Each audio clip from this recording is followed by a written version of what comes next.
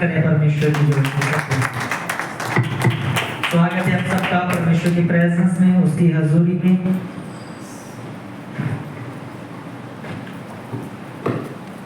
तो पुराने नियम को जब हम पढ़ते हैं तो पुराने नियम में परमेश्वर ने हमें सिखाया है, हमें बताया है कि हमें कैसे परमेश्वर की प्रेजेंस में एंट्री करनी है।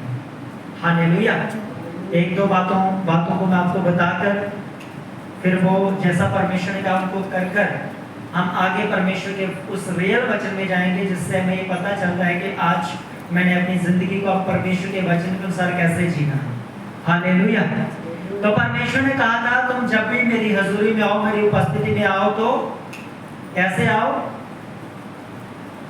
हालेलुया।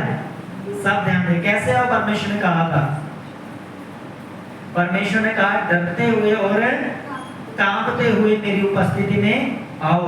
जानके जब आप प्रभु के भवन में आ रहे हैं, जब आप घर से तैयारी कर रहे हैं कि आज मैं प्रभु तेरी प्रेजेंस में आ रहा हूं, मैं तेरे सामने आ रही हूं परमेश्वर, तो जब मैं तेरे सामने खड़ी हूं परमेश्वर, तेरी उपस्थिति में बैठूं, तेरे वचन को सुनूं परमेश्वर, तो मेरे अंदर ये डर हो खुदावंद कि मैं तेरा आदर कर पाऊं, मैं तेरी महिमा को कर पाऊं परमेश्वर। मैं नाचूं भी, मैं गाऊं भी, पर मेरा नाचना, मेरा गाना दुनिया की तरह ना हो, परंतु मेरा हर एक स्टेप परमेश्वर तेरी महिमा के लिए हो जाए। हालेलुया। जब आप दुनियावी गानों के ऊपर नाचते हैं तो वहां पे जो है वो अश्लीलता जो है वो ज्यादा पाई जाती है। जब लोग नाचते हो तो तरह तरह के डिजाइन अपनी बॉडी से दिखाते हैं, लेकिन जब हम परमेश्वर की प्रेजेंस में आते हैं हम तरह तरह के डांसों के साथ हम प्रभु की उपस्थिति में डांस नहीं कर सकते। बाइबल कहती है हमें अपने अंगों को, अपने शरीर को ढककर हमें आदर के साथ, डर के साथ परमेश्वर की उपस्थिति में नाचना भी है, उसकी स्तुति भी करनी, उसकी जय जयकार भी करनी है, शारीरिक लोगों से आगे भी एक स्टेप जाकर परमेश्वर के नाम को ऊंचा भी करना है। हालेलुया। तो पहला स्टेप क्या है? परमेश्वर की उपस्थिति में डरते हुए और कांपते हुए आए और उसकी जय जयकार करें। हालेलुया।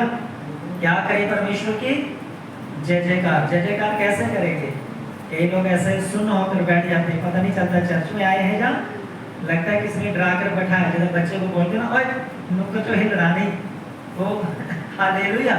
तो जाने कि प्रभु की उपस्थिति में आने का मतलब कि आपके चेहरे के ऊपर पूरी स्माइल हो, आपके अंदर पूरी खुशी हो, आपको ये मालूम हो कि मेरा डरना उस तरह का डरना नहीं है कि मुझे मार पड़ेगी, मुझे परमेश्वर सजा देगा। नहीं, मेरा डरना इस प्रकार हो कि मैं प्रभु का आदर कर पाऊं, मैं उसकी मैं प्रशंसा करने पाऊं।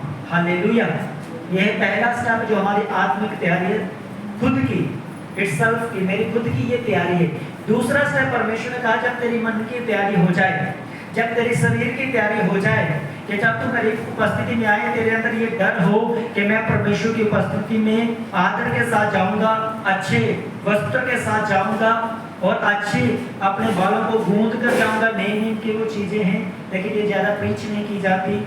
आपने चाहे जीन डाली हो, चाहे कुछ भी डाला हो, क्योंकि मैं ये विश्वास करता हूँ कि मेरा परमेश्वर कपड़ों को देखकर जज करने वाला परमेश्वर नहीं है, वो मन की सच्चाई को देखकर जज करने वाला परमेश्वर है। हालेलुया। वो मन की सच्चाई को देखकर हमारा न्याय करने वाला परमेश्वर है। तो जब हम मन की तैयारी के साथ प्रभु की उपस्थिति में आ गए, हम बैठ गए परमेश्वर की उपस्थिति में, तो परमेश्वर ने फिर कहा है, कहता है अगर तेरा मन तैयार है, तेरा शरीर तैयार है, तो मेरी उपस्थिति में आ बैठा है, तो तेरी बरकत के लिए मैं तुझे एक राज की बात बताता हूँ। परमेश्वर का मैं तेरी आशीष के लिए मैं तुझे एक भेंट की बात बताता हूँ, वो ये है कि जब तू मेरी उपस्थिति में आए तो परमेश्वर का तू खाली हाथ मुझे अपना मुंह मत दिखाऊं। हालेलुया। क्या कहा परमेश्वर ने? तू खाली हाथ मुझे अपना चेहरा मत दिखाना। ये क्यों परमेश्वर ने कहा? क्योंकि परमेश्वर पैसों से खुश होने वाला परमेश्वर नहीं है। बाइबल कहती है प्रभु ने सब कुछ पहले तैयार किया, उसके बाद मनुष्य को बनाया। इसका मतलब जो कुछ भी बाइबल कहती है मनुष्य को चाहिए था, वो परमेश्वर ने पहले उसके लिए प्रोवाइड किया, फिर उसके बाद मनुष्य को बनाया। हालेलुया।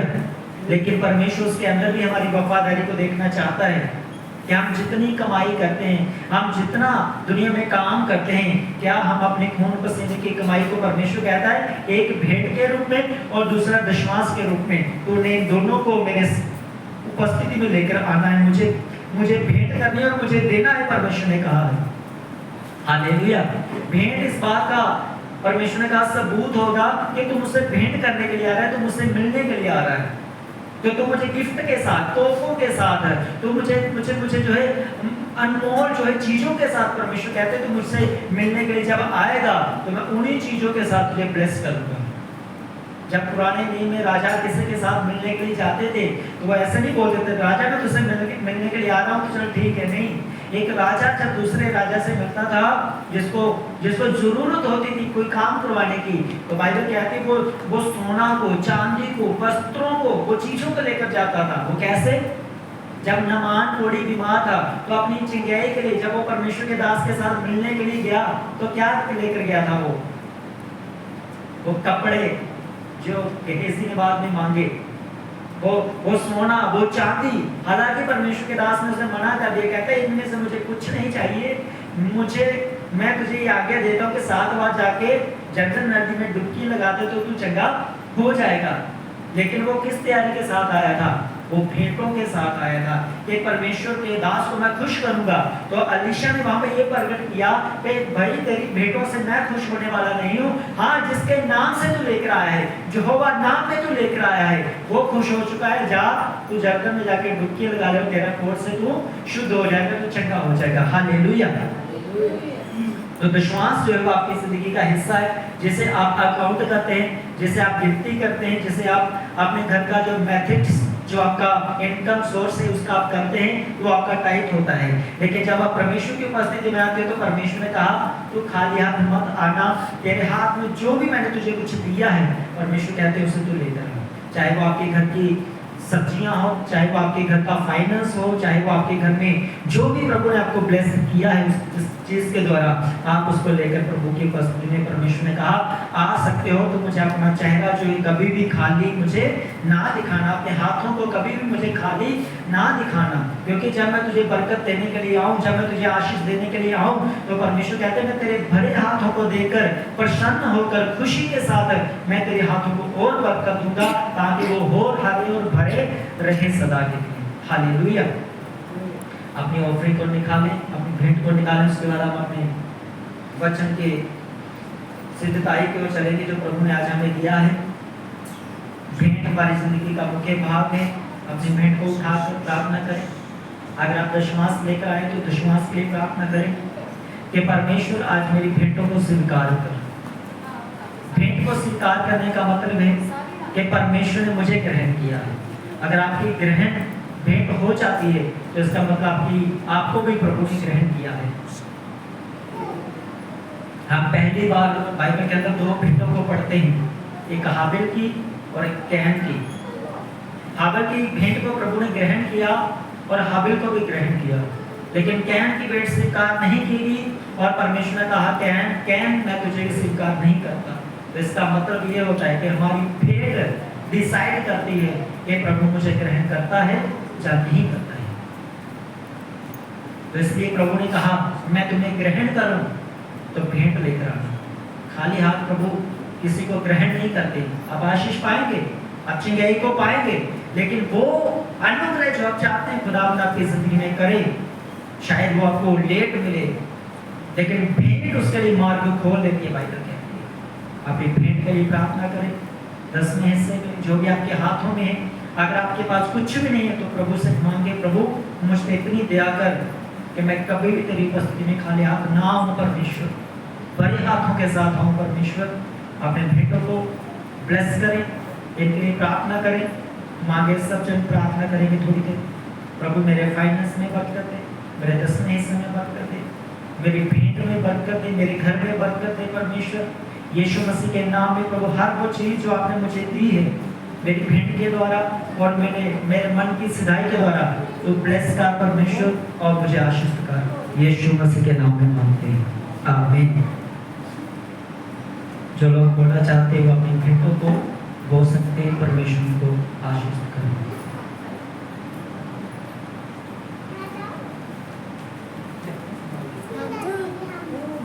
खुदा दे सारे नेमतों की मैं कदरी ते नगर,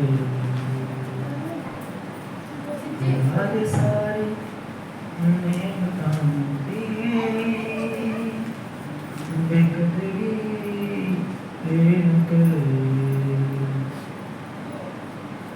जान दे के सूरीते बर के बांधे दरिया ने खोले। हालेलुया। आइए हम आज परमेश्वर के वचन की ओर जाएंगे।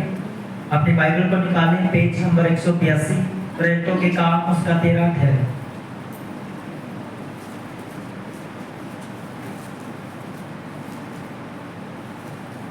पेज नंबर 182 83 ये दोनों आमने सामने हैं।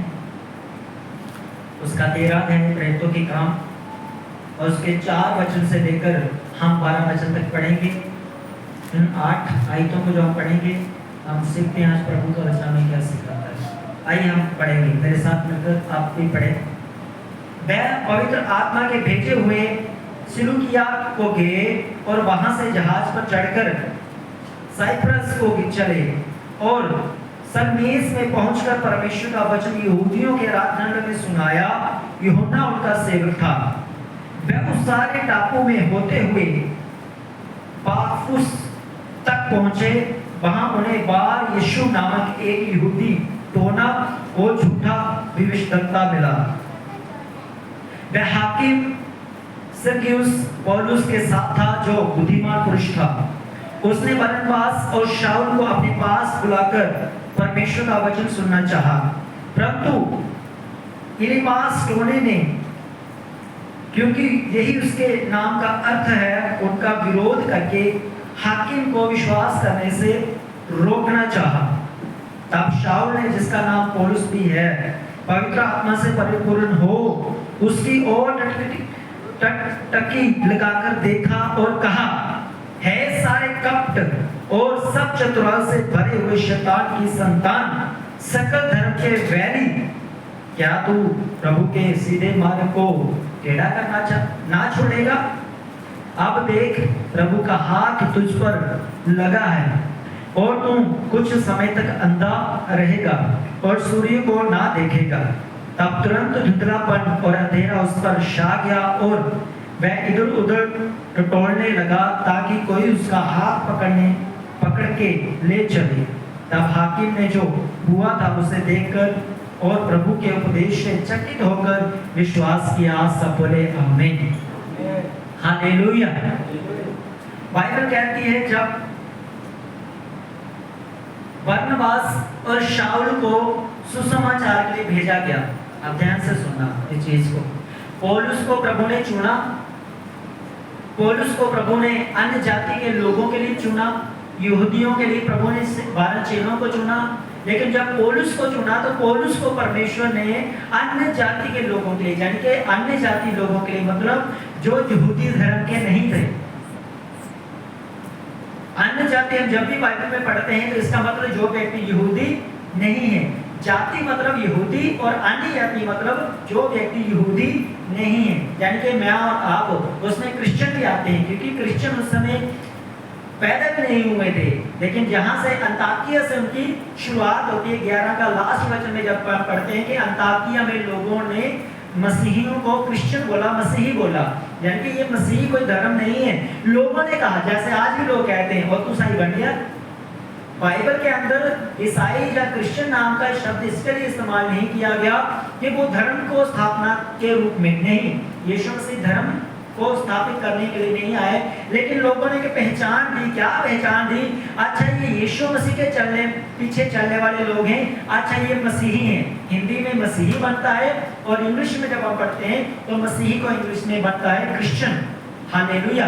तो आज भी लोग मुझे भी और कई बार आपको भी कहते हैं, अच्छा तो क्रिश्चियन बन गया, अच्छा तो मसीही बन गया। तो उसकी बात का बुरा मत मानना, क्योंकि ये शुरू से चलता आ रहा है। ये पहले कलीसिया, पहले लोगों चेलों के ऊपर भी ये बोला गया था। हालेलुया। तो जहां पर जब बाइबल कहती है चेलों ने प्रार्थना की पौलुस के लिए, बरनबास के लिए, कहां पर की? हम 3 वचन को पढ़ते हैं उसी अध्याय में लिखा है, तब उन्होंने उपवास और प्रार्थना करके और उन पर हाथ रखकर उन्हें विदा किया। पौलुस को, बरनबास को जब उन्होंने यहूदिया के अंदर यहूदी लोगों के बीच में प्रचार किया, तो यहूदी लोगों ने पौलुस को, बरनबास को और यीशु मसीह के प्रचार को उन्होंने सीरियस नहीं लिया, आसान लिया कि कोई बात नहीं, यीशु मसीह साडे बीच ही तेरे आही ते क्रूस पर चढ़ाया और मुड़दे तो जी उठिया। ਅਸੀਂ ਤੇ ਬਥੇਰਾ बोले उन्होंने सुसमाचार बंद करो प्रचार करना, पर मनते नहीं। इस कारण बाइबल कहती है कि उन्होंने उनके प्रचार को, उनके शब्दों को परमेश्वर के उन्होंने ग्रहण नहीं किया। तो पवित्र आत्मा ने चेलों से बात की और पवित्र आत्मा कहता है कि पौलुस को और बरनबास को स्पेशली मेरे लिए अलग करो। हालेलुया। क्या कहा पवित्र आत्मा ने? मेरे लिए। किसके लिए? मेरे लिए। बाइबल के अंदर लिखा है, पढ़े क्या?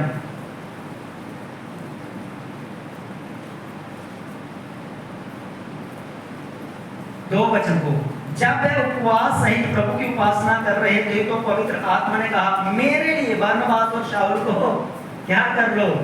सुसमाचार के लिए, अन्य जातियों के लिए अलग कर लो। मेरे लिए पवित्र आत्मा ने कहा। हालेलुया।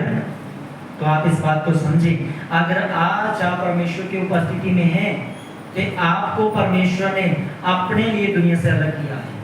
ये बड़ी खुशी की बात है, मैं आपको बता रहा हूँ, बड़ी घमंड की बात है मेरे लिए, आपके लिए।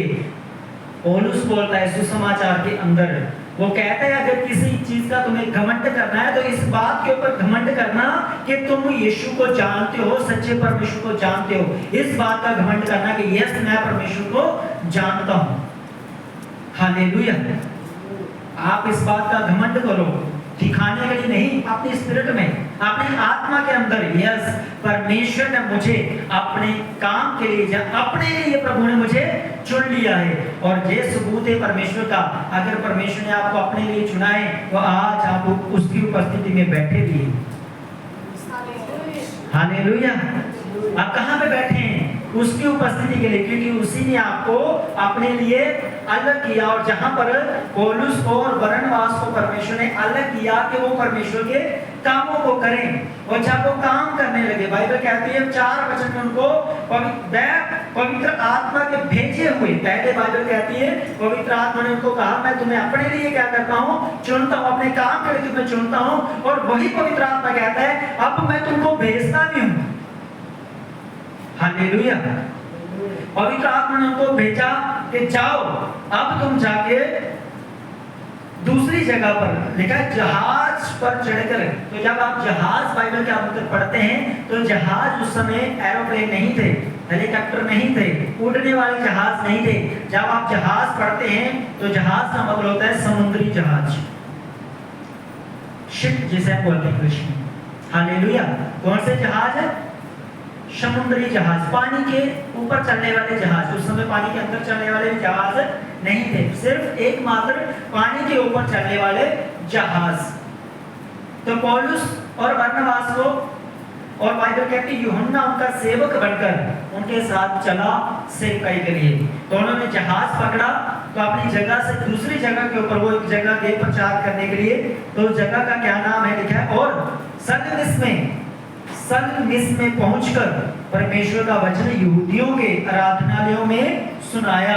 यूहन्ना उनका सेवक था। ये वचन क्यों लिखा है इसमें कि यूहन्ना उनका सेवक था? इस यूहन्ना के बारे में जहाँ पे ज्यादा भी नहीं लिखा गया। आप ये मालूम नहीं कि यूहन्ना 12 प्रेरितों में से एक था, जहाँ ये कोई दूसरा कोई यूहन्ना था। और बाइबल में कहती है, जब आप आगे पढ़ोगे तो बाइबल कहती है यूहन्ना यरूशलेम को चला गया। तो यरूशलेम में जाने का मतलब सिर्फ प्रेरित यरूशलेम में जाते थे, क्योंकि वही यरूशलेम में रहकर सारी रिपोर्ट को इकट्ठा करते थे। और मुझे लगता है यूहन्ना इसलिए पौलुस और बरनबास के साथ गया होगा, चलो मैं तुम्हें थोड़ा सा गाइड कर देता हूँ, चलो मैं एक पहली यात्रा में मैं तुम्हारे साथ चलता हूँ, काम को कैसे करना है मैं तुम्हें सिखाता हूँ, बताता हूँ, और उसके बाद मैं लौट आऊंगा और तुम परमेश्वर का काम बाहर रहकर करना। हालेलुया। तो वो यहूदियों के आराधनालय में जाकर प्रचार करते हैं, प्रभु का वचन सुनाते हैं, और यूहन्ना चला जाता है। अब शुरू हो जाती है पौलुस और बरनबास की सेवा। हालेलुया। क्या शुरू हो जाती है? जहां पर पौलुस और बरनबास की सेवा। आपको चर्च को लेकर आया, आज वो शायद दूसरी चर्च में बैठा हो, लेकिन आज इधर ही बैठे हो, ये आपकी सेवा है। आपको कोई प्रभु में लेकर आया, लेकिन वो आज प्रभु से हट गया कई बार। कुछ लोग हट जाते हैं, लेकिन आज प्रभु में हो जाती सेवा है। जिस पास्टर के साथ हमने संगति की, आज वो अपने घर में बैठा है, सही कहीं को छोड़कर, लेकिन मैं सेवा कर रहा हूँ, ये सेवा है। हालेलुया। कोई क्या कर रहा है, मुझे नहीं देखना, मुझे ये देखना है कि मैं प्रभु के काम के लिए क्या कर रहा हूँ। मुझे प्रभु ने किसी को छोटा बड़ा करने के लिए नहीं चुना, मुझे परमेश्वर ने किसी का न्याय करने के लिए नहीं चुना, लेकिन प्रभु ने मुझे अपने काम के लिए चुना है, अपनी सेवा के लिए प्रभु ने मुझे चुना है। हालेलुया। तो उन्होंने क्या देखा, जब उस टापू के अंदर यहूदियों के बीच में रहने लगे, 6 वचन में लिखा है, वह उस सारे टापू में होते हुए पाफुस तक पहुंचे। वहां उन्हें बार यीशु नामक यहूदी टोना और झूठा विश्वता मिला। आप वो उस एरिया के अंदर पाफुस के अंदर सेवा कर रहे हैं, वहां उनको एक व्यक्ति मिलता है जिसका नाम है बार यीशु। क्या नाम है? बार यीशु। मालूम है आपको यहूदी क्यों यीशु मसीह का नाम लेने से रोकते थे बार बार? तो यीशु मसीह का नाम नहीं लेना, बाकी और जिस मर्जी नाम का प्रचार करो। जहां तक मैं सोच रहा हूं, उनको मालूम था कि वहां पर भी एक यीशु नाम का व्यक्ति टोना करने वाला है, दूसरी जगह पर एक व्यक्ति यीशु नाम का ये करने वाला है। इसलिए मुझे लगता है कि वो बोलते होंगे, ये कहते होंगे कि भाई साहब, ये जो यीशु नासरी है ना, इसका प्रचार मत करो, बस यीशु का प्रचार हो रहा है, चिंता मत करो। कुछ भी हो सकता है उसमें, ये तो मैं आपको काल्पनिक बात कह रहा हूं, लेकिन यीशु मसीह का एक्चुअल में सही में प्रचार क्यों करना जरूरी था, अब यहाँ के लोगों के लिए मैं आपको बताता हूँ। पाफुस जो जगह के जो लोग थे, उनके पास एक व्यक्ति था बार यीशु नाम करके, और वो क्या करता था? टोना करता था और झूठा भविष्य करता था, भविष्यवाणी करता था वो झूठी। तो लोग उसका भी आदर करते थे, सत्कार करते थे, मान करते थे। उस जगह का वो बहुत बड़ा एक उन लोगों के अंदर एक नाम पाया हुआ एक व्यक्ति था। लेकिन जब पौलुस और बरनबास गए, ध्यान से सुनना, जब पौलुस और बरनबास उस जगह पर सुसमाचार को लेकर गए, तो उन्होंने भी यीशु नाम का प्रचार किया। मुझे लगता है कि कुछ टाइम के ऊपर लोगों के मन में उस जगह के अंदर कंफ्यूजन आ गई होगी, अच्छा यीशु नासरी और ये यीशु बार यीशु, तो क्यों उस समय चेले जो है एक जगह पर रुक के 1 महीना 2 महीने 6 महीने 3 साल तक पौलुस एक जगह पर रहकर प्रचार करता था? क्योंकि वो लोगों को पूरी तरह समझाते थे, भाई साहब ये जो व्यक्ति आप देख रहे हैं वो व्यक्ति नहीं है, हम जिसका प्रचार करते हैं वो ये बार यीशु नहीं है, वो यीशु नासरी है जो मुर्दों में से जी उठा और वही मुक्ति का द्वार है। हालेलुया। इसलिए पौलुस क्या करते थे, बार बार कलीसिया के अंदर जाते थे। इसलिए प्रभु ने नियम ठहराया, नियम बनाया कि आपको कलीसिया को हफ्ते में एक बार, जो पहले जो संडे का दिन है, रविवार का दिन है, आपको परमेश्वर का वचन सुनने आना ही होगा, आपको प्रभु के पास आना ही होगा। क्यों आना होगा? क्योंकि ऐसा ना हो कोई बार यीशु दूसरा, कोई जादू करने वाला दूसरा, कोई टोना करने वाला दूसरा आपको धीरे धीरे बहकावे में लेके चला जाए और आपको बोले इतना ये काम करेंगे तो आपका हल हो जाएगा, ये मंत्र मारेंगे तो आपका हल हो जाएगा, इस तरह से करेंगे तो आपका हल हो जाएगा। क्योंकि परमेश्वर जो है वो ठट्ठों का परमेश्वर नहीं है। परमेश्वर जो है वो किसी प्रकार का झाड़ू फूस जादू टोने का परमेश्वर नहीं है। बाइबल कहती है वो अनुग्रह और दया का परमेश्वर है। हालेलुया। इसलिए पौलुस और सिलास को वहां पर सेवा के लिए रुकना पड़ा, लोगों को समझाना पड़ा कि भाई साहब जिस यीशु की हम बात कर रहे हैं वो परमेश्वर का इकलौता पुत्र यीशु नासरी है। और हुआ क्या वहां पे, क्यों उनको समझाना पड़ा? 7 वचन एक रीजन लिखा है, कारण लिखा है। बाइबल कहती है वह हाकिम सर्गियुस पौलुस के साथ था। एक हाकिम था पौलुस के साथ, यानी कि एक सिपाही, एक सरकारी व्यक्ति था पौलुस के साथ, जो वचन की सेवा को सुन रहा था, जब वचन की सेवा को कर रहा था, जब पौलुस के साथ वो यीशु मसीह को जानने के लिए आया था कि जिस यीशु का ये प्रचार कर रहे हैं सच में वो यीशु परमेश्वर का पुत्र उद्धार करता है या नहीं है। तो वो पौलुस के साथ रह रहा था। तो उसने क्या देखा, जो बुद्धिमान पुरुष था और बुद्धिमान भी था, उसने क्या देखा कि उसने बरनबास और साउल को अपने पास बुलाकर परमेश्वर का वचन सुनना चाहा। उसने और कहा पौलुस को, बरनबास को और विवश किया, कहता है तुम आओ और मुझे परमेश्वर का वचन सिखाओ। हालेलुया। क्या कहा पौलुस और सिलास को उसने? कहता हमें मुझे परमेश्वर का वचन सिखाओ। आज कलीसिया क्या बोलती है पास्टर को? क्या करो? वचन सिखाओ या प्रार्थना करो? कलीसिया को लगता है प्रार्थना से क्या होगा? हल होगा। पास्टर जी ये चीज पास्टर जी बड़ी तगड़ी लाई है थोड़े बस ये इहदा हल बड़ा मुश्किल है, बड़े बड़े आई प्रेरणा कराइयां ने कितने की चीज है ना? इकली हुई चीज है, इहदा छुटकारा इदा नहीं ना। इहदे वास्ते 10 वक्त रखने पौने, इहदे वास्ते 15 महीना च फास्टिंग करने पैना। हालेलुया। आज हमें परमेश्वर के वचन को सीखना है, जहाँ हमें सिर्फ प्रेयर के ऊपर डिपेंड रहना है। अगर आप प्रेयर के ऊपर डिपेंड रहे तो आप सारी उम्र पास्टर के ऊपर डिपेंड रहेंगे। लेकिन अगर आपने परमेश्वर के वचन को सीख लिया, आप सीधा परमेश्वर के ऊपर डिपेंड हो जाएंगे। हालेलुया। आपने किसके ऊपर डिपेंड रहना है? पास्टर के ऊपर या परमेश्वर के ऊपर? अगर परमेश्वर के ऊपर डिपेंड रहना है तो वचन को सीख लो। फिर अगर पास्टर के ऊपर डिपेंड रहना है तो वचन को मत सीखो, फिर प्रार्थना सीखो। प्रार्थना हर हफ्ते पास्टर नहीं प्रार्थना करवाएगा, दुष्ट आत्मा वाली प्रार्थना कराएगा, चिंगाई वाली प्रार्थना कराएगा, अलग अलग प्रार्थना को करवाएगा। हालेलुया। तो आपने वचन को सीखना है, ताकि जब आप वचन को सीख जाएंगे आपको मालूम होगा कि यीशु मसीह ने मुझे अधिकार दिए हैं कि मैं शैतान को डांट सकता हूँ, मैं बीमारियों को डांट सकता हूँ, मैं दुष्ट आत्मा को डांट सकता हूँ। ये मेरे पास अधिकार है क्योंकि अपने वचन को सीख लिया। अगर आपने वचन को नहीं सीखा तो आप सदा ये बोलते रहेंगे, पास्टर से बात करते रहेंगे, पास्टर साहब दुष्ट आत्मा बार बार आ जाता है, बीमारी बार बार आ जाती है, तंगी बार बार आ जाती है। लेकिन उन सब चीजों से बाहर आने के लिए आपने परमेश्वर के वचन को सीखना है। सब बोले आमीन। हालेलुया। अब वो व्यक्ति वचन को सीख रहा है, प्रभु में आगे बढ़ रहा है, लेकिन बाइबल कहती है उस टोना करने वाले ने, उस जादू करने वाले ने उसके विश्वास को कम कर दिया। जब कोई व्यक्ति, बाइबल कहती है अगर कोई दूसरे ईश्वर के पीछे भागता है, बाइबल कहती है तो वो अपने दुख को बढ़ाएगा। वो आयत में ऑनलाइन हूँ, डायरेक्टली नहीं बोल सकता कि जो दूसरे के पीछे भागता है वो अपने दुख को बढ़ाता है। कोई व्यक्ति यीशु मसीह को छोड़कर अगर अपने हल के लिए दूसरे ईश्वर को मानने की कोशिश करता है, उसे अपना हल ढूंढने की कोशिश करता है, तो बाइबल कहते हैं वो हल नहीं पाता, परंतु अपने दुख को और बढ़ाता है। हालेलुया। तो हुआ क्या? यहाँ पर यही हुआ, एक व्यक्ति प्रभु के वचन को सीख रहा है, वो चर्च के साथ जुड़ा हुआ है, पास्टर के साथ जुड़ा हुआ है, लेकिन एक टोना करने वाला व्यक्ति उनकी लाइफ में आता है, कि जादू टोना करने वाला व्यक्ति उनकी लाइफ में आता है। और जब एक नया विश्वासी, ये जो व्यक्ति है, हाकिम जो है, उस व्यक्ति को देखता है तो बाइबल तो यहाँ पे बताती है कि उसका विश्वास कम हो जाता है।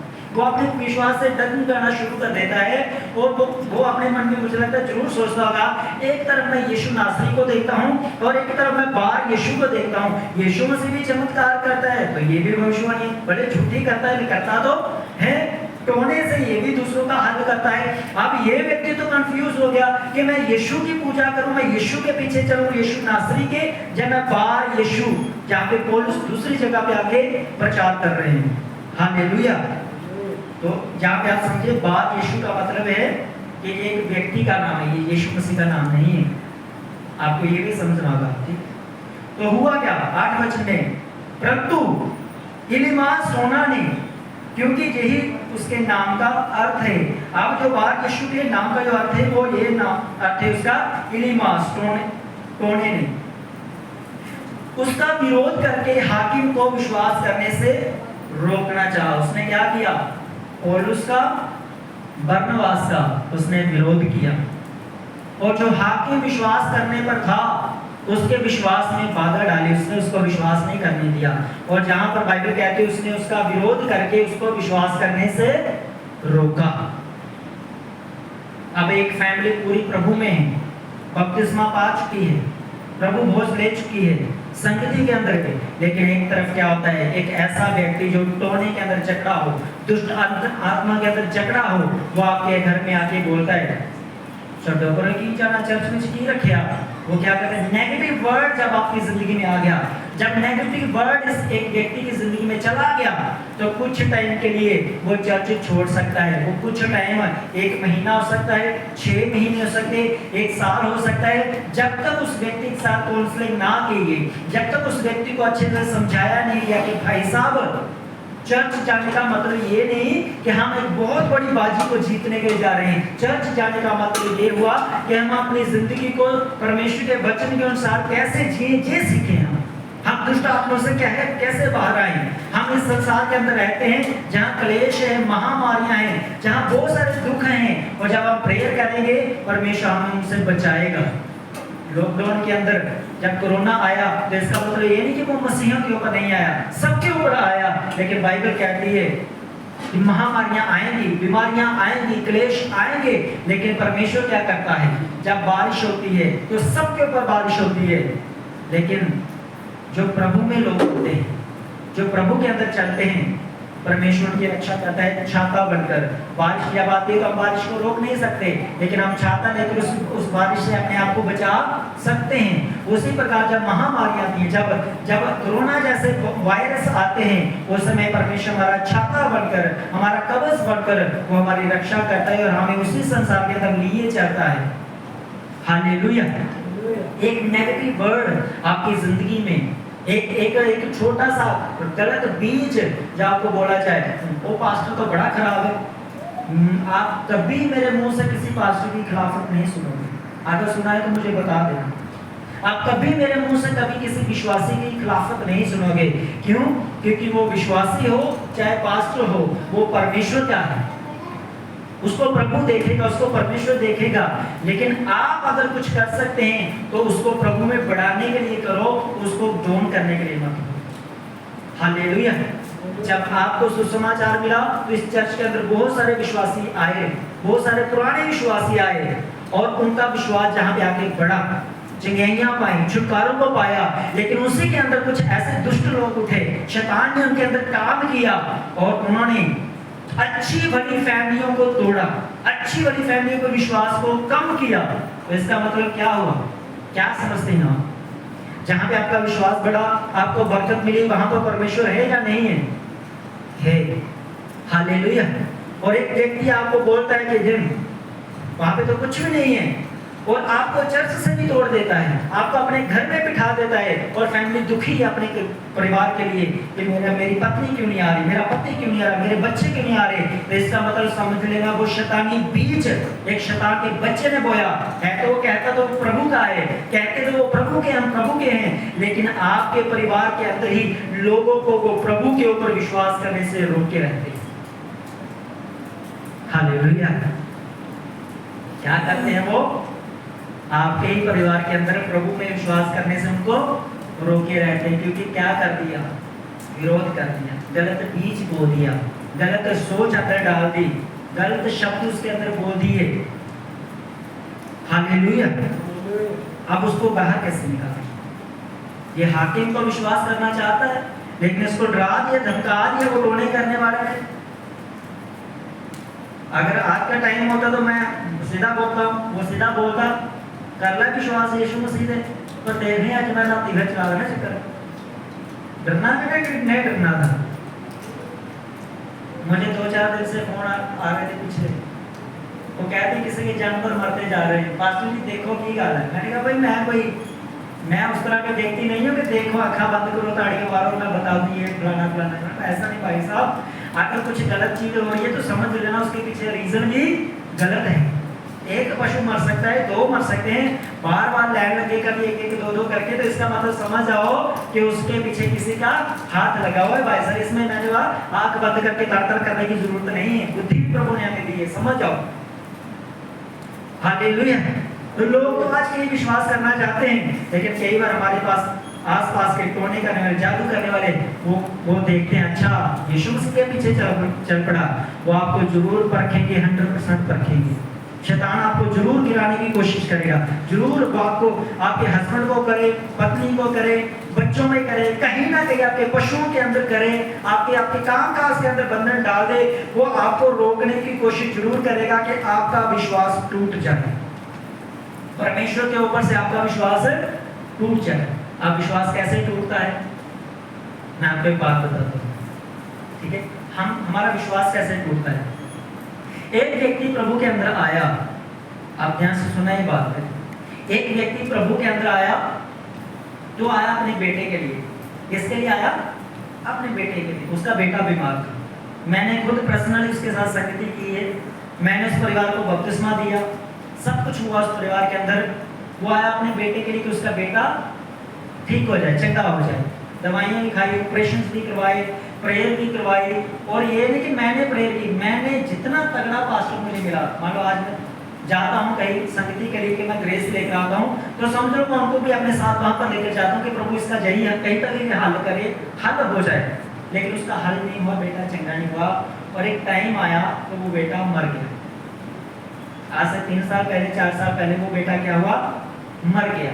जहाँ पे बात आती है विश्वास की, कि मुझे मेरा विश्वास, मैंने किस लिए, मेरा विश्वास क्या था? बेटा। जब मेरा विश्वास था परमेश्वर। हालेलुया। जैसे बेटा मरा, उसका 10वां मैंने खुद अपने हाथ मैंने किया। उसका 1 साल के बाद जो भी होता है वो मैंने किया। 4 साल के बाद जो होता है, मैंने ना चाहते हुए, मैं बिल्कुल करना नहीं चाहता, मैं बिल्कुल नहीं करता, लेकिन मजबूरी में मुझे क्यों करना पड़ा? क्योंकि उसके लिए सब कुछ मैंने किया था, शुरू से लेकर अंत तक मैंने उसका साथ दिया था बेटे का, उस परिवार का। लेकिन जैसे ही 4 साल हुए, उसका वो किया उन्होंने सब कुछ। उसके बाद उस व्यक्ति ने, जो प्रभु के अंदर था, जिन्होंने बपतिस्मा लिया, आज वो नशा करता है, शराब पीता है। तो हमारा विश्वास कैसे शैतान तोड़ता है कि जिस चीज को हम चाहते हैं प्रभु जे चीज करे, वही परमेश्वर हमसे छीन लेता है। अब्राहम को प्रभु ने 70 साल तक बेटा नहीं दिया। प्रभु से क्या सिखा रहा था? परमेश्वर से कह रहा था कि तू अपना ध्यान मेरी ओर इतना केंद्रित कर ले, अपना विश्वास इतना दृढ़ कर ले कि जब मैं तुझे ब्लेस करूं तो तेरा ध्यान बरकत की ओर ना जाए, तेरा ध्यान ब्लेसिंग की ओर ना जाए, तेरा ध्यान मेरी ओर ही रहे। हालेलुया। इसलिए परमेश्वर कहते थे तू सिद्ध होता चल। लेकिन जब बेटा हुआ तो उसकी सिद्धता वहां पर फेल हुई। परमेश्वर को छोड़कर बच्चे को खिलाने लग गया, बच्चे के पीछे चल पड़ा। परमेश्वर ने कहा 70 साल मैंने तेरा यार वेट कराया, इतना पंजाबी के अंदर ना मथा मारिया तो तू फिर उठ गया। क्या किया परमेश्वर ने? परमेश्वर कहता है इस बच्चे को, इस बेटे को बड़ी जल्दी चला जा। फिर रोने लगा, फिर चिल्लाने लगा, फिर बेटा भी रोने लगा। जब जा रहे हैं पहाड़ मोरिया के ऊपर, तब रो रहे हैं और बता नहीं रहा, ना बेटे को बता रहा है, ना अपने सिपाहियों को बता रहा है, लेकिन दुख बहुत है अंदर। भाई ये दुख ना आए, इसलिए तो परमेश्वर ने कहा था भाई तू सिद्ध होता चल, तो अपनी बरकतों की ओर ध्यान मत कर। ऐसा ना हो जब मैं तुझसे वो चीजें ले लूं तो तेरा विश्वास टूटा, तू फिर बोले परमेश्वर क्या, कुछ नहीं परमेश्वर, कोई परमेश्वर नहीं आएगा। फिर लोग बोलते भी नहीं, अपना खाओ पियो और जियो तो बस ठीक है, सब कुछ नहीं रखे आप। फिर बोलते हैं कुछ नहीं रखा है, चर्चा इनकी पकड़ दबाया सब कुछ। हालेलुया। अब्राहम की जिंदगी में टाइम आ गया, वो भी बोल सकता था कुछ नहीं है, और उसने, प्रभु ने उसका विश्वास मजबूत कर दिया था, इतना मजबूत कर दिया था परमेश्वर ने उसका विश्वास। उसका इंतजार करा कर 70-75 साल हो गए थे। अब उसको जरूर था कि प्रभु लेके जा रहा है, प्रभु ने दिया है। पहले भी तो मैं बिना संतान के था, आगे नहीं होगी तो फिर क्या हुआ? चला गया। लेकिन परमेश्वर ने उसके बेटे को मरने नहीं दिया। हालेलुया। जो प्रभु आपसे वायदा करते हैं प्रभु उसको पूरा भी करते हैं, लेकिन आप उस चीज के ऊपर ना अड़े रहें। अगर ये होगा तो मैं इसलिए प्रभु में हूं, नहीं तो प्रभु अपनी कर तो मैं अपने कर, ऐसा नहीं। प्रभु आपको दे वो तब भी प्रभु है, अगर वो ना दे वो तब भी प्रभु है। और जहां पर प्रभु देना चाहता है, जहां पर प्रभु इसको ब्लेस करना चाहता है, लेकिन इस व्यक्ति के अंदर एक टोना करने वाला व्यक्ति एंटर कर गया जो इसको उसके विश्वास करने से उसको रोक रहा है। क्या आपकी लाइफ में भी हो सकते हैं? आपको रोकते होंगे चर्च आने से, आपको रोकते होंगे, हाँ झगड़ा परमेश्वर ने तो ब्लेस कर देता, हाँ नहीं करना प्रभु ने ब्लेस, बोलते नहीं बोलते, हाँ, नहीं प्रभु ने आशीष देनी। आपका विश्वास टूटता है उस समय, आप कमजोर होते हैं उस समय, आपका मन टूटता है उस समय, पर चिंता मत करना, घबराना मत। यीशु ने कहा क्रूस के ऊपर पूरा हो सब कुछ, तुम्हें चिंता करने की जरूरत नहीं। यीशु ने कहा मैंने सब कुछ पूरा कर दिया, मेरा काम है, मैं जिसे ब्लेस करूं तो मैं करूं। ये परमेश्वर का काम है, यीशु मसीह का काम है। अगर उसने ठान लिया है आपकी मेहनत को देखकर, आपके बलिदानों को देखकर, अगर उसने ठान लिया है ना कि वो आपको बरकत देगा, तो फिर ये टोना करने वाला जितना मर्जी टोना कर ले, आपके ऊपर वो सफल नहीं होगा। आप आशीष पाएंगे यीशु मसीह के नाम में। हालेलुया। बड़ा उसको तंग किया, बड़ा उसको परेशान किया। 8 वचन के अंदर 9 वचन में पढ़ते हैं, तब परमेश्वर के दास का रोल आता है उसमें। तब एक पास्टर का रोल आता है आपकी लाइफ के अंदर कि पास्टर आपकी लाइफ में क्या कर सकता है। पास्टर को आप इजी ना ले, पास्टर को आप ऐसे ना समझे। मैं हैरान होता हूँ आज भी 20 साल पुराना पास्टर जाके जब मुझे आके बोलता है भाई जी क्या हाल है, मुझे हंसी आती है ऐसे लोगों के ऊपर। आज तक अपने मामे को भाई जी बोले, चाचा को भाई जी बोले। जब आपके फादर की बात आती है तो उसको भी आप डैडी बोलते हो, और जब एक्चुअल में जो फादर है उसको पापा नहीं, मैं बोलता मुझे पापा जी मत बोलो, फादर जी मत बोलो, कम से कम पास्टर तो बोलो। हालेलुया। तो आपको ये समझना है कि आपका जो फादर है, स्पिरिचुअल जो फादर है, आपने उसको फादर ही बोलना है। जब फादर का रोल आता है, स्पिरिचुअल फादर का, आत्मिक फादर का या आत्मिक पिता का, जो आपको अभी गाइड कर रहा है इस समय, जो आपको प्रेजेंट जो आपका पास्टर है, उसका रोल आता है आपकी लाइफ में। क्या आता है 9 वचन में पढ़ेंगे।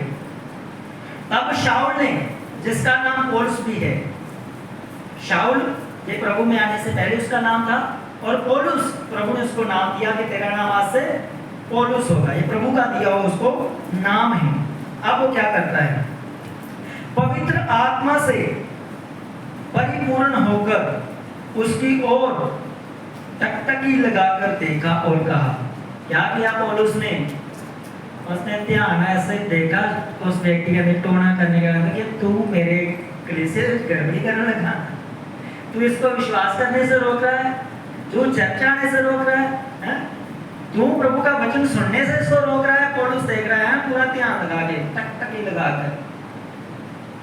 तो मैंने 2 जगह पढ़ा ये शब्द टकटकी लगाकर।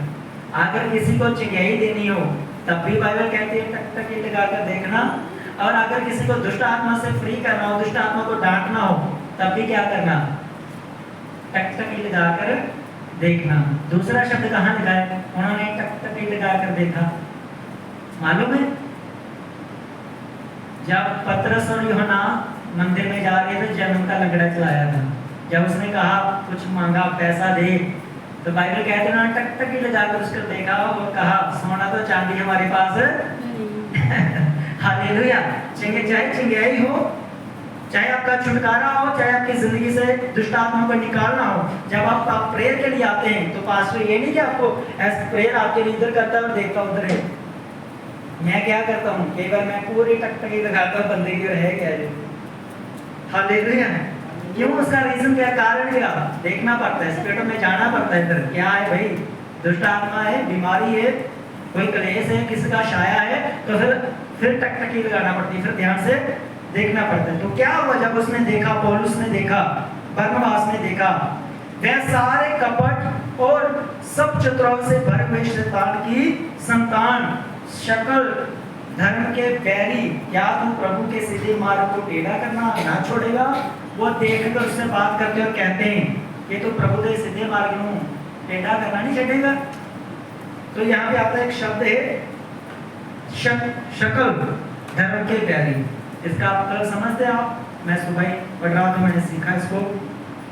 सकल धर्म के बैरी का मतलब होता है झूठी शिक्षा देने वाला। क्या होता है? धर्म के विरुद्ध झूठी शिक्षा देने वाला, धार्मिकता के विरुद्ध झूठी शिक्षा देने वाला। तो ये भविष्यवक्ता कौन था? कौन था ये भविष्यवक्ता? पढ़ो 6 वचन का लास्ट में, टोना करने वाला और झूठा भविष्यवक्ता।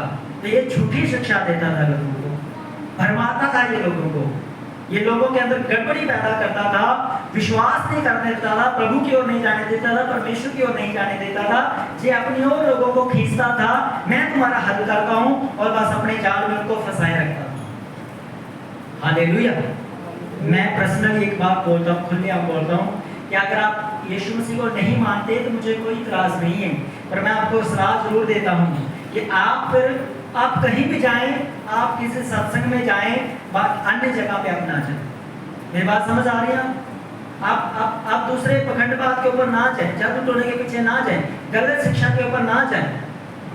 अगर आप प्रभु को नहीं मानते तो कोई बात नहीं भाई साहब, वो कई दुनिया के लोग जो प्रभु को नहीं मानते, परमेश्वर छोटा सा थोड़ी हो जाएगा, वो इतना बड़ा परमेश्वर है। हम तो कुछ भी नहीं है। डे नाइट प्रेयर करने वाले लोग उसके पास हैं, डे नाइट बाइबल पढ़ने वाले लोग उसके पास हैं, डे नाइट सेवा करने वाले लोग उसके पास हैं, बड़े बड़े काम करने वाले लोग उसके पास हैं। उसे किसी की कमी नहीं है परमेश्वर को। हालेलुया। तो उसने कहा कि तू झूठे धर्म की शिक्षा, धर्म के खिलाफ लोगों को भड़काता है भ्रष्टता, क्या तू परमेश्वर के सीधे मार्ग को टेढ़ा करना ना छोड़ेगा? वो परमेश्वर के मार्ग को टेढ़ा कर रहा था। आज भी लोग क्या बोलते हैं, टेढ़ा करते हैं परमेश्वर के मार्ग को। चल पे चल सही बन के दे, धर्म बदल ले लेना, पैसे मिले बड़ी ना। क्या करते हैं लोग? परमेश्वर के मार्ग को टेढ़ा करते हैं। कई तो सीधा बोलते हैं, साल हो ये चलते, 2 साल 10 साल हो ये चलते, 15 साल हो ये मिले कुछ बड़ी ओ जो है लेकिन कोई फर्क ही नहीं। तो क्या करते हैं? परमेश्वर के मार्ग को टेढ़ा करते हैं। यही तो बोल भी देते हैं, छड्डो पर जाना मिला था, कुछ भी क्या था, जाना परमेश्वर के मार्ग को टेढ़ा करते हैं। पौलुस शास्त्र ने बोल दिया, उसको बोला छटना भी नहीं छटना, वो बंदा मनेगा तो फिर मना नहीं करना। क्या किया पौलुस ने? कहता है अब देख प्रभु का हाथ तुझ पर लगा है। कहता हूँ प्रभु का हाथ है, प्रभु ने लाया हाथ तुझे थे आके, किसने लगाया? पास्टर को मैं बताऊं नॉर्मल नहीं देना, बस साडा आ गया भाई, आ गया साडा ना, अंकल जी आए, अंकल जी भाई जी आए। पास्टर को कभी अंकल जी भाई जी अपनी जिंदगी से निकाल दो, उसको फादर बोलो, उसको पास्टर साहब बोलो। तो क्या कहा पास्टर ने, पौलुस ने? कहते प्रभु का हाथ तेरे पे लगा, अब तू कुछ समय तक अंधा रहेगा और सूर्य को ना देखेगा। देखो वर्ड शब्दों की पावर, क्योंकि पौलुस को मालूम था जब मैंने प्रभु का विरोध किया मैं भी अंधा रहा, मैंने सूर्य को ना देखा, उसको मालूम था वही मेरे परमेश्वर मेरे अंदर है। अगर वो उस टाइम पर मेरे लिए काम कर सकता है मुझे जैसे विरोधी के लिए, तो उसको मालूम था आज ये विरोधी के अंदर भी वो परमेश्वर काम करेगा। इसलिए मैं खुला खड़ा चला के बोलता हूँ, अगर एक व्यक्ति की रसोली गैप हो इसी चर्च के अंदर, तो भाई आपकी भी हो सकती है। इसी चर्च के अंदर अगर एक विश्वासी ने 6 महीने के अंदर अपने घर की तैयारियां वो कर रहा है, तो भाई साहब आप 2 साल से क्यों नहीं कर रहे? आपकी भी हो सकती है। एक विश्वासी ने 5 साल करने में देखा टाइलें लगा दी अपने घर के अंदर, तो आपकी भी लग सकती है। एक विश्वासी ने बड़े बड़े काम अपनी जिंदगी में करनी है, तो आपके अंदर भी हो सकते हैं। क्यों? क्योंकि मैंने अनुभव किया है, और पौलुस ने भी अनुभव किया था। मैं 3 दिन अंदर रहा, मैं 3 दिन मैंने सूर्य को ना देखा। वो कहता है मैं जैसे परमेश्वर का मार्ग में टेढ़ा करता था मेरे साथ हुआ, वो कहता है तू भी टेढ़ा करना नहीं छोड़ रहा। कहता है चल तुझ पे भी यहोवा का हाथ आए, यीशु मसीह का हाथ आए, और वो व्यक्ति क्या हो गया? फिर उसके बाद लिखा है तू कुछ समय तक अंधा रहेगा और सूर्य को ना देखेगा, तब तुरंत धुंधलापन और अंधेरा उस पर छा गया और जे इधर उधर टटोलने लगा ताकि कोई उसका हाथ पकड़ के ले चले। उसी समय वो व्यक्ति टोना करने वाला बार यीशु उसी टाइम के ऊपर वो अंधा हो गया और अपने हाथों को इधर उधर फैलाने लगा कि कोई मेरे हाथ को पकड़े और मुझे लेकर चले। हालेलुया। जितना जादू करने वाले, जितना टोना करने वाले, जितने लोग परमेश्वर के सीधे मार्ग को बिगाड़ने वाले, जितना लोग मसीहों का विरोध करने वाले हैं, मैं आपको सच बता रहा हूँ उनको अंधा होते टाइम नहीं लगेगा। हम बोलते हैं यीशु मसीह माफ करने वाला परमेश्वर, मैं जानता हूँ वो माफ करने वाला परमेश्वर है। वो नए नियम की बात करता है, तो ये भी मैं भी नए नियम की बात कर रहा हूँ, मैं पुराने नियम की बात नहीं कर रहा हूँ। हालेलुया। इसलिए यीशु मसीह ने कहा था तुम किसी को जल्द श्राप मत देना, जल्द किसी का बुरा मत तुम चाहना, क्योंकि तुम्हारे जो वर्ड हैं, जो नए नियम के जो शब्द हैं आपके, वो बड़े प्रभावशाली हैं। अगर आप डेली कहते हैं मैं बरकत हूँ, मैं आशीष में हूँ, मैं ब्लेस्ड हूँ, मैं घर के साथ, बेबी के साथ, अच्छे बच्चों के साथ, अच्छे रिश्तों के साथ, अपनी सेहत के साथ, तो वो आपकी जिंदगी में होगा, क्योंकि ये वर्ड है परमेश्वर के आपको दिए गए जो। तो लिखा है उसी समय क्या हो गया? अंधा हो गया। क्यों प्रभु ने उसको अंधा कर दिया मालूम है? क्योंकि वो परमेश्वर के सुसमाचार के लिए रुकावट बन रहा था। अगर एक व्यक्ति के लिए परमेश्वर किसी को अंधा कर सकता है तो आप लोग कितने, इस कलीसिया के अंदर कितने लोग हैं। और सोचो अगर कोई आपका विरोध करता है, प्रभु उसका क्या हाल करेगा। हालेलुया। एक व्यक्ति के लिए प्रभु ने उसको अंधा किया, मालूम है किसके लिए किया। आइए 12 वचन, लास्ट वचन को पढ़ के हम प्रेयर में चलते हैं। तब हाकिम ने जो हुआ था उसे देखकर प्रभु के उपदेश से चकित होकर विश्वास किया। हालेलुया। एक हाकिम को बचाने के लिए परमेश्वर के दास ने जिद्दोजहद करके, पूरा जोर लगाकर, पूरा यीशु मसीह के पीछे पड़कर उस व्यक्ति को अंधा करवाकर, धुंधला करवाकर ये साबित किया उसने हाकिम के सामने कि जादू टोने का नाला बड़ा नहीं, हमारा परमेश्वर बड़ा है। हालेलुया। उसने ये साबित किया कि कोई टोना करने वाला, कोई जादू करने वाला, कोई दुनिया की शक्ति बड़ी नहीं। उसने ये कहा मेरा यीशु मसीह बड़ा है। अगर उसके अंदर शक्ति होती तो फिर वो अंधा ना होता है। अगर उसके अंदर कोई पावर होती किसी प्रकार की, वो झूठी भविष्यवाणी ना करता। अगर वो कोई शक्तिशाली व्यक्ति होता जो दूसरों का भी उद्धार कर रहा था तो वो अपने आप का भी उद्धार कर पाता। लेकिन पौलुस और सिलास के आते ही, पौलुस और बरनबास के आते ही वो अंधा हो गया। और जब ये व्यक्ति ने देखा कि ये तो अपने आप को नहीं बचा पाया तो हमें कैसे बचाएगा, उसने उसी समय यीशु मसीह पर विश्वास किया और मान लिया और ये जान लिया कि यीशु मसीह परमेश्वर है। हालेलुया। तो क्या सीखने आना है आपने हर संडे? प्रेयर करने आना है या वचन सीखने आना है? बताओ। हालेलुया। इस तरह का जो वर्ड ऑफ गॉड है, मैं चैलेंज करता हूं आपको, सब चर्चों में घूम के आओ। इस तरह से क्लेरिफिकेशन का जो वर्ड ऑफ गॉड है, बिल्कुल क्लियर, जो समझ में आए, जो ऑनलाइन चलता हो, कोई प्रचार करके दिखा दो। मैं घमंड नहीं कर रहा, फिर कोई बात आती है, ये घमंड का विषय नहीं है। ये किसका विषय है? ये प्रभु के वचन को जानने का विषय है। मैं कितना वर्ड को जानता हूँ। आप जितना परमेश्वर के वचन को जानते हैं ना, आप उतना ही प्रचार कर पाएंगे। अगर आप इसको पढ़ते नहीं, आप इसको जानते नहीं है, आप गवाहियां देंगे, आप बोलेंगे प्रभु ने उसको चंगा कर दिया, उसको चंगा कर दिया, तो पूरे साल में आपको 2-3 लाइनें ही मिलेगी आपको प्रचार में सुनने के लिए। पता है कौन कौन सी? परमेश्वर ने कहा तो आग से उतर जाएगा, तुझे आग जला ना सकेगी, मांगोगे तुम्हें दिया जाएगा। बस जो फेमस हाल, परमेश्वर ने जगह से ऐसा प्रेम किया, उसने अपने इकलौता पुत्र दे दिया। बस आपको बार बार यही प्रचार मिलता जाएगा। लेकिन अगर आप जीवित चर्च के अंदर हैं, हर दिन, जैसे यहोवा कहता है हर दिन तेरे लिए नया होगा, तो हर संडे आपके लिए वर्ड भी नया होगा उसके वचन से। हालेलुया।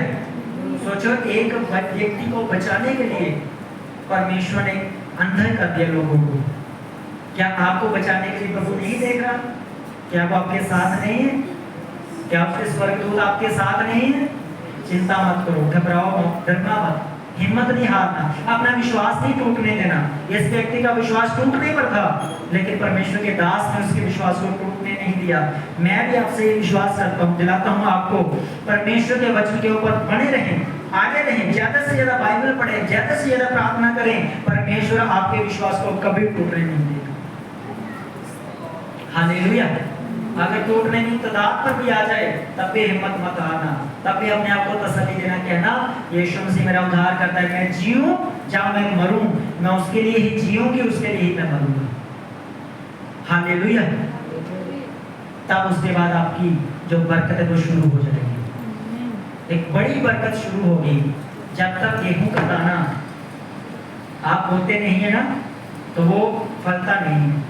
जब एक गेहूं का दाना, एक कणक का बीज, एक कणक का दाना जो तुसी बीज दे हो, जो एक पौधे को उगाता है, और उस एक जो उसका गेहूं का जो पौधा होता है, छिट्टा हम बोलते हैं उसको, अंकुर जब उसमें से निकलता है, तो उसमें से कम जो बड़े बड़े आज जो नई जो पैदावार आ रही है, एक छिट्टे के अंदर, एक बाल के अंदर 25 से लेकर 50 उसके अंदर दाने होते हैं।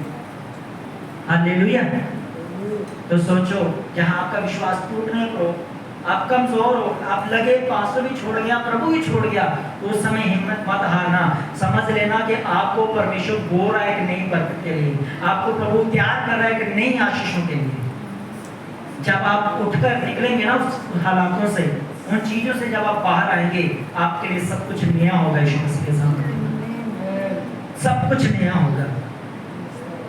हालेलुया। अपने परिवारों के लिए प्रेयर करते रहो। अपनी जो जिस कलीसिया के आप सदस्य हैं, अपनी कलीसिया के लिए प्रार्थना करते रहो।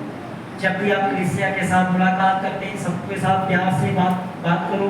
कभी कलीसिया के साथ इधर की उधर की बात मत करना। आओ मसीह की, जाओ मसीह की, बस। इससे ज्यादा आपकी जिंदगी में कुछ ना हो। हालेलुया। परमेश्वर आप सबको ब्लेस करे। आइए हम खड़े हो जाएंगे, अपनी आंखों को बंद करेंगे।